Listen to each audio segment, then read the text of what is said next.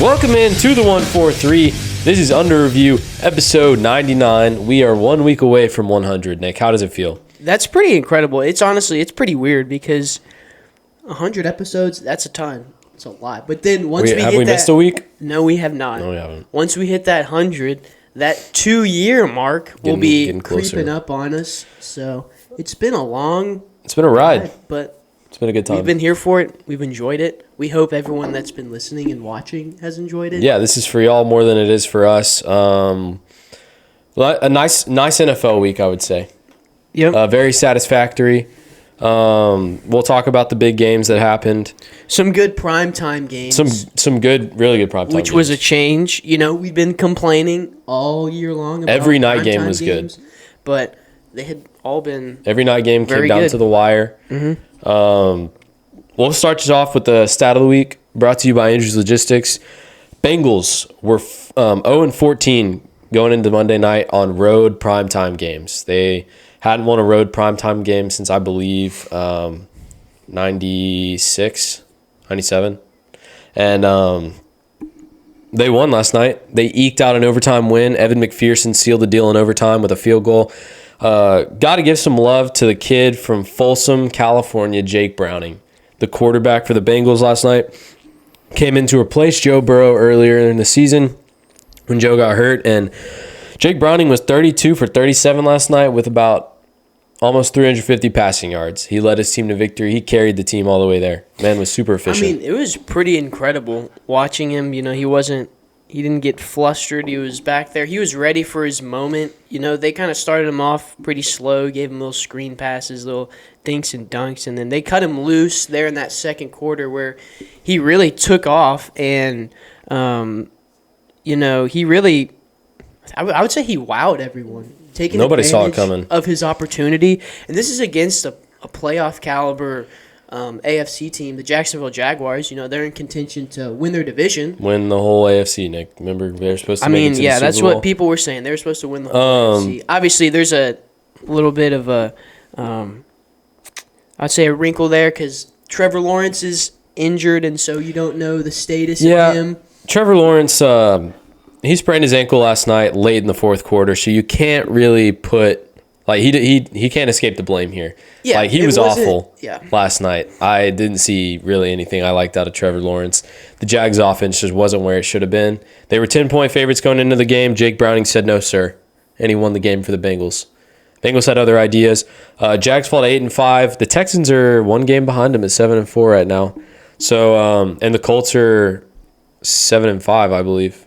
So that division's a little tight. Pretty tight division. And if Trevor Lawrence is going to stay hurt, I think that there's a shot that one of those the Texans could possibly sneak in. Yeah. Obviously, they've had a couple that close loss to the Jags that they had 2 weeks ago. They do have a win over them. Is what might kill it.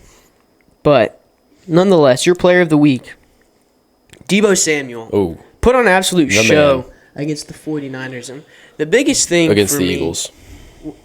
Yeah, sorry. I meant to say for the 49ers, he put on a show against the Eagles. But the biggest thing for me was how he was able to back his talk because there was obviously a lot of tension going into this game. This is an NFC Championship rematch between the two teams last year.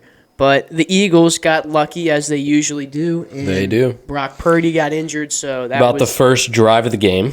Yeah, so that was, really that was the main story there, was that the 49ers, once again, were without a quarterback. And Deebo, after the game, on asked about what would happen if Purdy was there, he said, yeah, it wouldn't have even been close. And we saw Purdy play on Sunday, and, Deebo was right. It was not close. It was 42-19.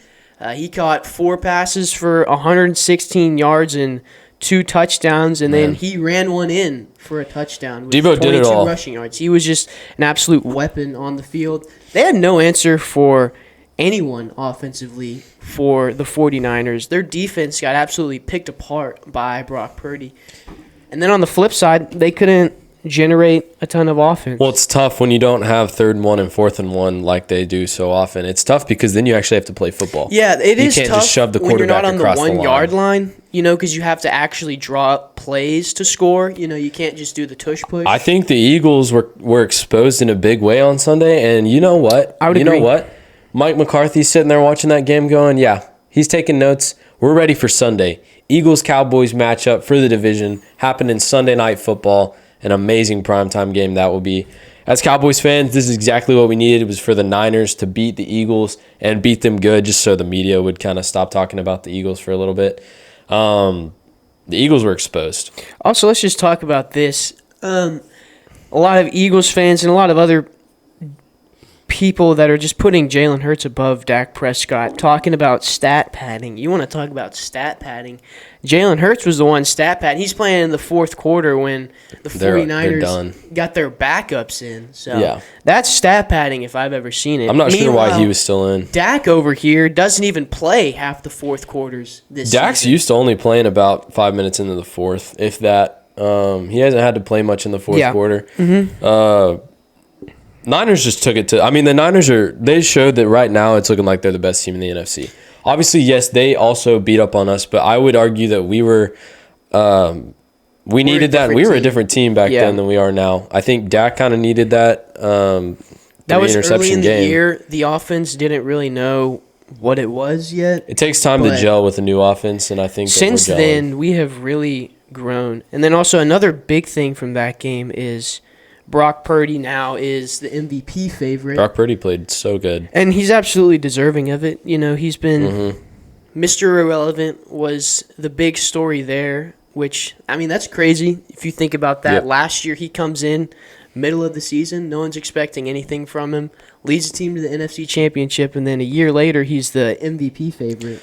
I just think Brock love to see Purdy. it. We don't think Brock Purdy gets enough credit. Brock Purdy, just because he's in the 49ers offense, they say it's the pieces around him. But Jimmy G was in that offense, couldn't get it done. Trey Lance was in that offense, couldn't get it done. I mean, it matters who the quarterback is.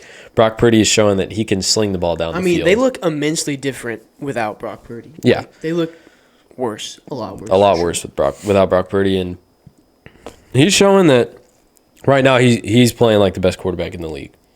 Now, I mean, the season's not over yet, and Dak could still take him for MVP, but Yeah. I don't think Dak is as focused on the MVP as he is the Super Bowl at the moment. And like we said, big time matchup on Sunday night.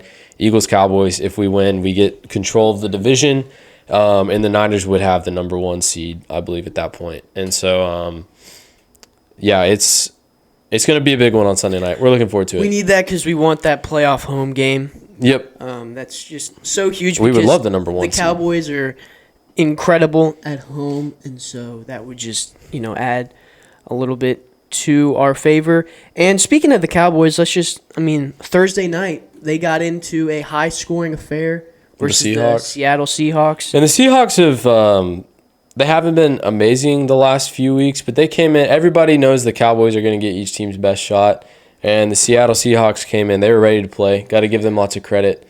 The story there was that the Cowboys were finally facing a team who were above 500. Yep. They were 6-5 at the time, and facing a secondary that was a little bit better. But Dak and the offense came out, handled business. The defense gave up 35, wasn't great. But in the 4th quarter, when we needed them to get a couple stops and get us back in the game, that's exactly what they did. They got 3 4th down stops, a couple of 4th and 1 stops, and just put the game away in the end with Micah. As the Seahawks were trying to drive down the field to score a touchdown to tie it up and an extra point to win it at a 4th and 2, I believe. They left Micah unguarded on the side, and so Micah killed the entire play. Great job, guys. Ended the game. Also, Deron Bland got himself another pick. But as well as giving up 300 receiving yards. Low-key got cooked. Deron Bland was exposed a little bit. I think, though, coming off of a few really bad teams, you just have to – he's got to bounce back. He just had an off game. I don't think that means anything about him as That's much not as... who he is. Okay, we've seen him play every other Also, week out of the year. DK Metcalf played out of his mind. I mean, you got to give credit to DK Metcalf. He had some really good catches. Mm-hmm. And Bland, he covered him a couple times where, that's just a catch the receiver's going to make if they're DK Metcalf. Geno Smith played a great game, but, I mean, the story of the game really was Dak Prescott, who... Just handled business. We were down in the fourth quarter. We had never trailed at home before the game. We're trailing at home a couple times. Down in the fourth quarter, Dak led the drive down the field, scored the touchdown to go up. I think that Dak just showed that he can, in fact, play. That's been the question about Dak for the last few years for us. Dak has not been clutch when we need him to be clutch. Mm-hmm. And he led a fourth quarter scoring drive, and he could have done it again if he needed to. Right now, Dak is looking unlike we've seen from him in a while. He's looking really good, and we need him to be really good Sunday night. He's looking like one of the best quarterbacks out there. Jake Ferguson had himself a big game. Got a little chippy between him and Jamal Adams, but Jake got the last laugh as he catches a touchdown right in Jamal Adams' eye. But then also earlier in the game, he hits a nasty hurdle on Quandre Diggs. Jake shows that he can do it all. That was absolutely electric to watch, seeing the big man get up and over. But everyone on offense was doing their part. We were zinging. Zach was slinging the ball around, and ultimately that's what led to us defeating the Seahawks. Yeah. Obviously everyone now is saying the Seahawks aren't that good, and we almost lost to a bad team. But the Seahawks all season have been one of those teams that they've lost some very close games on the games they've lost, and so. But the Eagles, they played the Bills when the Bills were 6-5, and they beat them, moving them down to 6-6, and everyone's like, "Oh, gutsy win, whatever." The Eagles, that, or the other. by the way, the Eagles secondary, it's the same thing. The Eagles secondary is terrible, is what I've seen the last few weeks. Quarterbacks are coming in and just torching the Eagles secondary, and this time in AT&T, the Eagles won't have the rain to help. So unfortunately for the Eagles, it's going to come down to who's better. It was just frustrating because we should have got them last time, but we beat ourselves. And man, that just doesn't sit right because we have their number. We have a penalty problem. We got to go get them out there. We've always had a penalty problem. Yep. We still kind of have that problem. That's what ultimately killed it. That should have been the game-winning drive, but we shot ourselves in the foot with 3 separate penalties. Too many penalties. In the end. Turned a 5-yard try into a 35-yard try. Yeah. It was something dumb like that. But I'm confident that we'll get the Eagles this Sunday. I think our boys are going to have a nice game Sunday night. I think it'll be close, but I think we should be able to come out of there with a win. And I think that would just be a huge morale win for us as we go try to finish strong in the season. We have some tough games ahead of us after the Eagles too. Of course, the Eagles have no tough games after us. They have a pretty easy schedule after that. But that's just how the schedule is drawn up. We need this win though, and this will be a good victory for the boys. Yeah, hopefully we'll be able to get it. I think it'll be a good game, and a great Sunday night game. But the Sunday night game that happened this week was also pretty good. Packers and Chiefs. Chiefs were visiting Lambeau Field, and Jordan Love put on a show when everyone thought Patrick Mahomes would put on a show. But Jordan Love was the story there. He came out slinging, and the Chiefs were down from the start, and they never came back. So I think that was Jordan Love's, I want to say, 5th game in a row where he threw multiple touchdown passes. Mm-hmm. So as of late, he has been picking up the Green Bay Packers.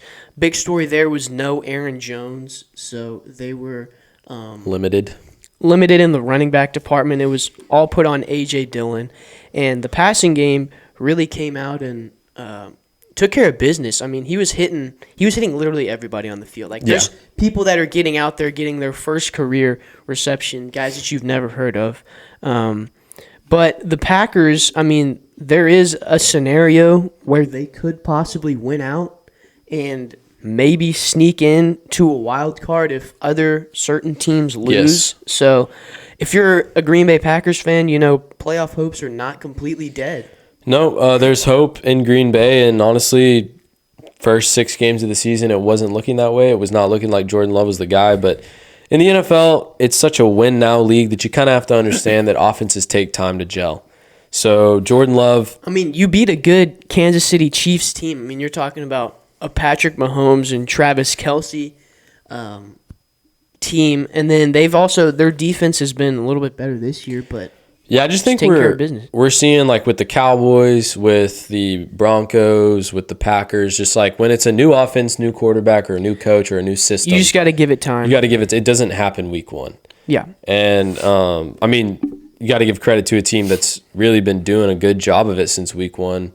Is the Texans? I mean, they've been. That was a new system, new quarterback, new coach, new everything, and the Texans have been pretty decent since week one. But most of the time it takes a few weeks to go, and I think that we're seeing it. Texans pick up another win this week against the Broncos. Russ threw 3 picks in the second half. His first interceptions in like 5 weeks. So Not great for the Broncos. They had been on a little win streak yep, as of recent, but that comes to a screeching halt.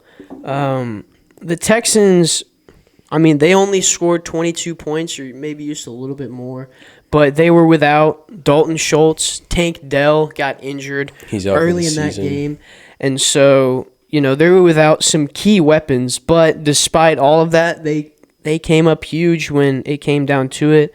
Their defense got a game-sealing interception right there at the end of the game to completely ice the game. And so good for them. They're trying to eke back into that, into the top of the AFC South. Like Joseph said, it's getting a tight race down there. You got the Colts, who are winning a lot of games despite not having their franchise quarterback in Anthony Richardson. And then the Texans have been figuring it out. yeah. I hope the Jags drop and keep dropping. I hope that the Texans win the division and the Colts sneak into the playoffs as a wild card team. Colts got a overtime win against the Titans on Sunday. Gardner Minshew led his team all the way down the field. Michael Pittman scored the last touchdown. The Colts are just looking like one of those teams that definitely isn't winning the Super Bowl, but it's not a team you want to face in the playoffs right now. Yeah. They're scary, kind of like the Packers, where it's like they're not good enough this year, but they're good enough to knock a couple teams out if they need to. They can hold their own. They'll give you.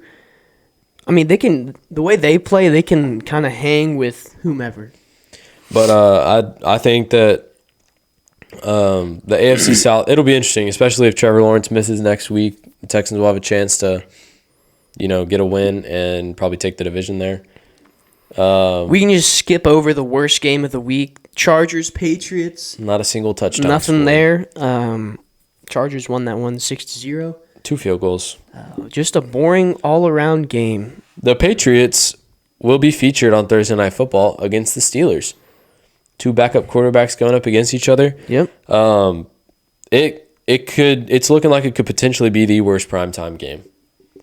And I don't know what we were thinking when we put the Patriots, honestly, or the Steelers on a Thursday Night Football game. Yeah. Neither team was good coming into the season. So I don't know where they got that. Like I understood, Monday night Bengals Jags is like Joe Burrow versus Trevor Lawrence. Yeah. You're expecting that. Right. That's a primetime game. I don't know, Mac Jones versus Kenny Pickett. Like that wasn't even going to be a primetime. Oh, and it got better. Bailey Zip on the ball Zappy versus Maserati Mitch Trubisky. Yeah, that's going to be an absolute just trash fest. I wouldn't I'm be not excited surprised to if the watch that final game. score is 2-0. It could very with a well safety. be a similar score to the one against the Chargers on Sunday. Chargers, another team that have been struggling, finally got a win, but boy, Thursday was night, it boring. Thursday night, guys, we got to do a better job. I don't know what Thursday. I mean, the Cowboys, you're welcome with the Seahawks giving us finally a good Thursday night. They got game. that one right. But man, we got to get these Thursday night people. Let's figure it out. Please. I'm confused. I don't know what's going I on. don't understand. Sunday night, Monday night's gotten a bit better. Yeah, I don't yep. think next Monday night's that good, This slate of but Sunday night will be good. or this past week's slate of primetime games were all It did not very disappoint. good and enjoyable to watch. Thank you, Jake Browning, by the way, because definitely did not think that Monday night They game was had gonna no be good. hopes going into Monday. To get an overtime game, we're always thankful for. We don't see many of those anymore. Yep. Yep. That don't feature the Eagles. And Got to see those Jake are so Browning fun. lead a game-winning drive which was pretty electric. What was cool about Jake Browning is he was good and stayed good through the whole game. I mean, he was clutch when they needed him to be clutch. He made 0 mistakes. The only interception thrown that entire game was by Tyler Boyd. Who had no business. They're throwing running that a ball. little reverse, trying to switch the field, and then he's trying to throw it back across the field to Joe Mixon and throws it right to Josh Allen. Yeah, that was ridiculous. But I mean, I guess to his credit, it was a nice spiral, but it was just a beautifully thrown ball. It was just right to the defender. Right to the defender. I mean, Who really had almost no dropped it. chance. But Bengals came out on top. Another big-ish game was the Lions-Saints game. The Lions, unfortunately, kind of got embarrassed a little bit last week on Thanksgiving Day By the Packers. against by the Packers, but the Lions started really hot. They scored 21 in the first. It was 21 It was in nothing like the first 7 minutes of after the game. the first quarter, and so I think by that point You're thinking the Lions are going to run away with the game. you're like, this game's over. But the Saints come back in it. Derek Carr's getting booed coming out on the field. In his own stadium. That was interesting to watch. Me personally, don't love it. We've said it before.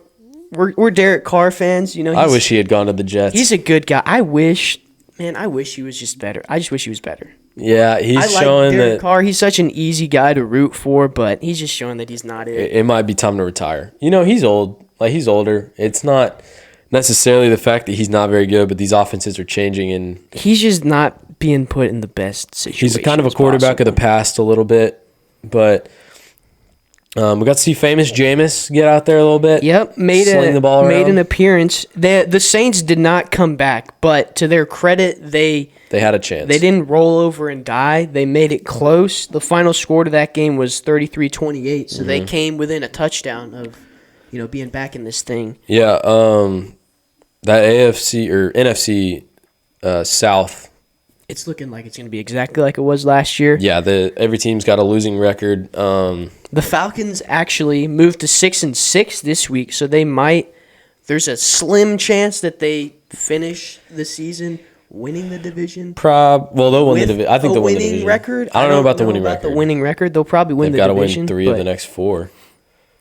But they moved to exactly 500 over the struggling Jets. I would say the only good thing about the NFC South right now is just Mike Evans is having about 200 receiving yards a week and like 2 touchdowns. He's just doing what he normally does. because he's the only receiver on the Bucks. But like the Panthers are absolutely terrible. A disaster.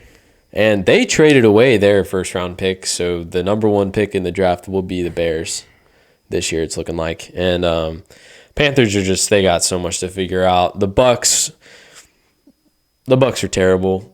The Saints aren't looking good. So yeah, the Falcons might eke out of there with the division win and a home playoff game. The Tampa Bay Buccaneers kind of faked out everyone, at the beginning. They went 3-0, and so everyone was like, okay, is Baker Mayfield's Bucks, are they like that? Are they gonna Win it? be good this year? And they've just been horrible lately. Obviously, they got to win this week, but The crazy thing They played is, the Panthers. I think they're still like a game back. yeah, Or 2. They're 5-7. I think they're 1 game back. They're still. I mean, who knows? I think that the Bucks and the Falcons are playing each other this week.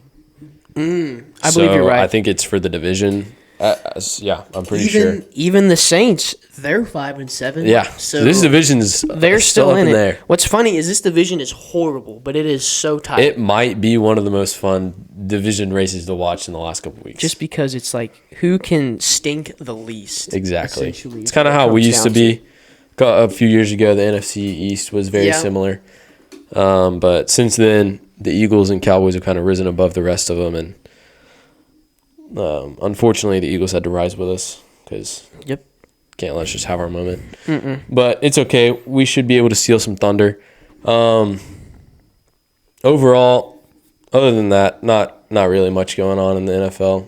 There were other games, but The way the games played out this week set it up to where the rest of this season is going to be extremely interesting to watch. yeah, I think we've got a nice. How many weeks are there left? Is it 5? 4. I think Hey, there might be 5 weeks left. Yes, I believe so. There's 5 weeks left. I don't know why I can't do the math right now. Honestly, okay, I think there might be 4 weeks left.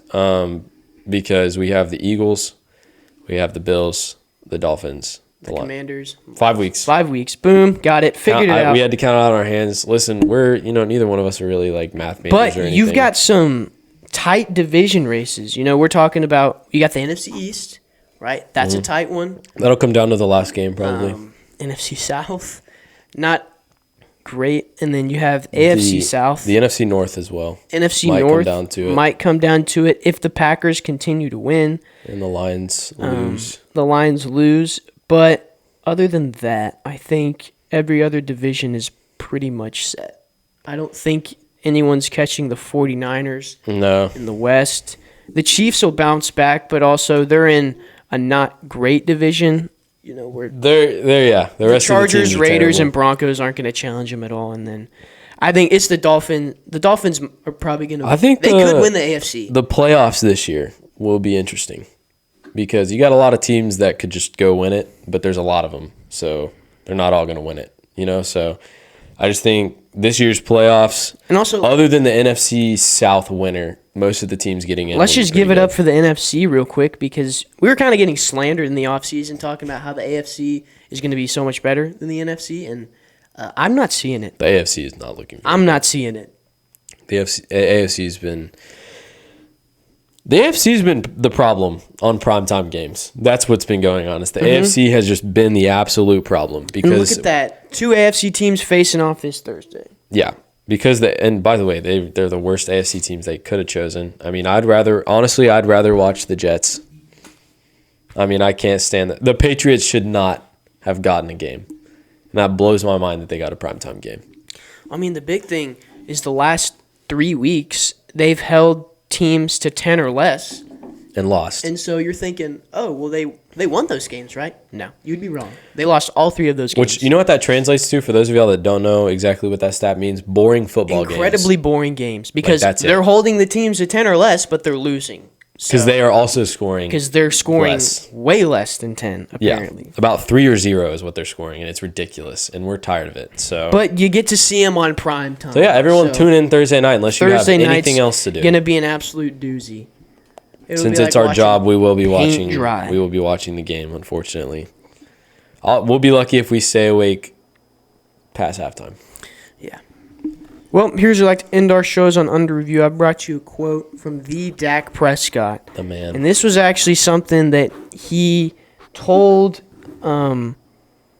This came up in an interview last Thursday after the game. Post-game? He had some Post-game things interview? to say because everyone always has something to say about Dak. So he kind When the of man speaks, we listen. he kind of had to let him know.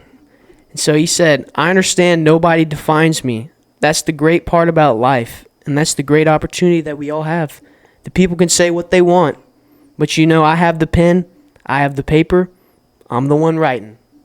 And that's true. He has been writing. He's been right. He's been writing that comeback story this year. I will say, Nick and I in the offseason were saying, we said that Dak was not great last We'll say season. 2 people in particular. We kind of had a lot to say about Mike McCarthy and Dak Prescott. With good reason.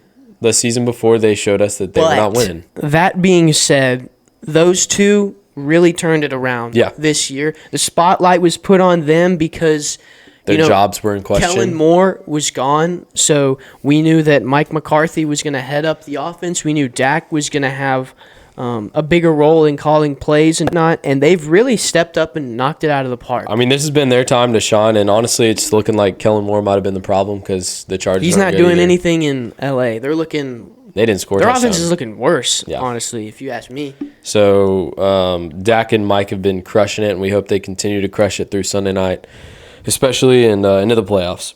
So we will be here next week with an update from the Sunday night game, hopefully announcing the Cowboys' blowout of the Eagles. When they are atop the NFC East, but with plenty more work to do because you got 4 Season's more not over games yet. after that, fellas. Thank you all for tuning in this week, and we will see y'all next week with episode 100 of Under Review.